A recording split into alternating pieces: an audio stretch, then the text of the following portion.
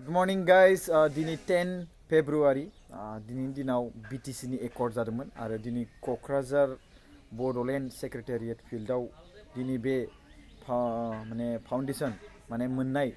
accord जानाय दिनखौ दिनै फालिगोन लास्ट फालिगोन ना आरो फालिलांबाय थागोन बेखौ मिन्थिया बाट आं बेखौनो बुंनो सानदों दिनै जायफोर गथ'फ्रा एग्जाम हैनो थांगोन मेट्रिक एग्जाम हाई स्कुल लिभिं सार्टिफिकेट स' अल द बेस्ट गाइस आंनिफ्राय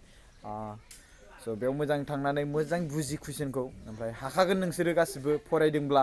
फरायाखैब्लाथ' हानाय नङा स' फरायदोंब्ला हागोन स' नोंसोरो गोसो होनानै कुइसनखौ मोजाङै बुजिनो नाजा मानो होनोब्ला इंलिसावबो माखासे कुइसनफोरखौ गुबुन गुबुन वार्डफोरखौ सोदेरो स' नों बुजिनो नाजा एसे आन्डारस्टेन्ड खालामनो नाजा अब्लानो बानायनानै लिरबोनो हागोन स' आं नोंसोरखौ बेखौनो उइस खालामो कि नोंसोरनि गासैनिबो फंबाय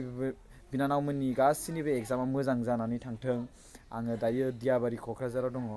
ओमफ्राय आं नोंसोरखौ बे जायगानिफ्राय दायो उइस खालामदों आरो दा BTC नि जोंहा 2003 आरो 10 फेब्रुवारियाव मोनदोंमोन नालाय दा बेवहाय थांनाय दाख्लैहायसो 7 फेब्रुवारियाव माबा जाखांबाय BTR नि मोनसे